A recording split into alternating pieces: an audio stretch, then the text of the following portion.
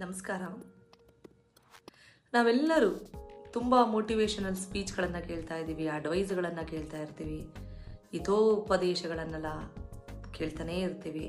ಇದನ್ನೆಲ್ಲ ಕೇಳಿ ಕೇಳಿ ಕೇಳಿ ನಾವು ಅನ್ಕೋತೀವಿ ಜೀವನದಲ್ಲಿ ಏನಾದರೂ ಸಾಧನೆ ಮಾಡಬೇಕು ರೀ, ಹಾಗೆ ಸತ್ರೆ ಸಾವಿಗೆ ಅವಮಾನ ಅಂತ ಡಿಸಿಷನ್ ತಗೊಂಡೇ ಬಿಡ್ತೀವಿ. ಸರಿ, ಹಾಗಿದ್ರೆ ಸಾಧನೆ ಅಂದ್ರೇನು?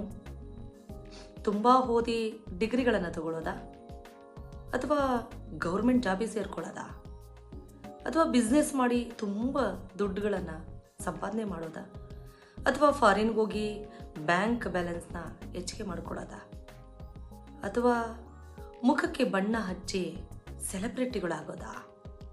ಅದು ಅಲ್ಲ ಅಂದರೆ ಅಧಿಕಾರವನ್ನು ಹಿಡಿದು ರಾಜಕಾರಣಿಗಳಾಗಿ ಮಿಂಚೋದಾ? ಸಾಧನೆ ಅಂದರೆ ಯಾವುದು? ಇವೆಲ್ಲವನ್ನು ಮಾಡಿದ ನಂತರ ಜೀರ್ಣ ಮಾಡ್ಕೋತೀವಲ್ಲ, ಅದು ರೀ ಸಾಧನೆ.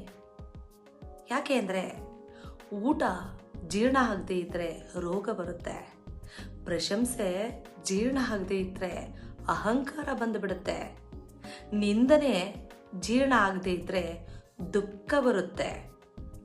ಹಾಗಾಗಿ ಎಲ್ಲವನ್ನ ಜೀರ್ಣಿಸಿಕೊಳ್ಳೋ ಶಕ್ತಿ ಮೊದಲು ನಾವು ಪ್ರಕೃತಿಯಿಂದ ಪಡೆದುಕೊಳ್ಳೋಣ.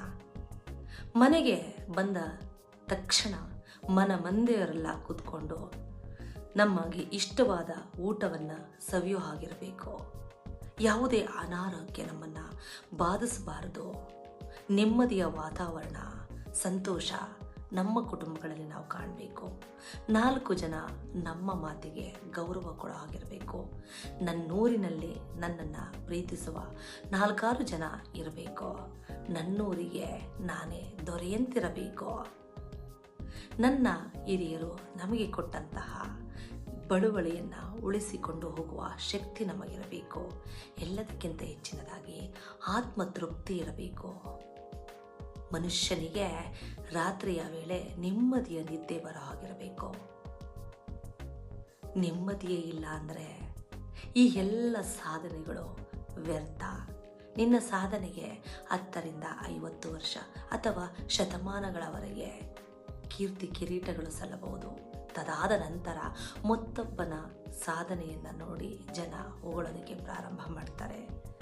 ಒಂದನ್ನು ಅರ್ಥ ಮಾಡ್ಕೊಳ್ಳಿ, ನಾವು ಸಾಯುವ ಗಳಿಗೆಯಲ್ಲಿ ನಮ್ಮ ಜೀವನ ಸಾರ್ಥಕತೆ ಅನ್ಸ್ಕೋಬೇಕು.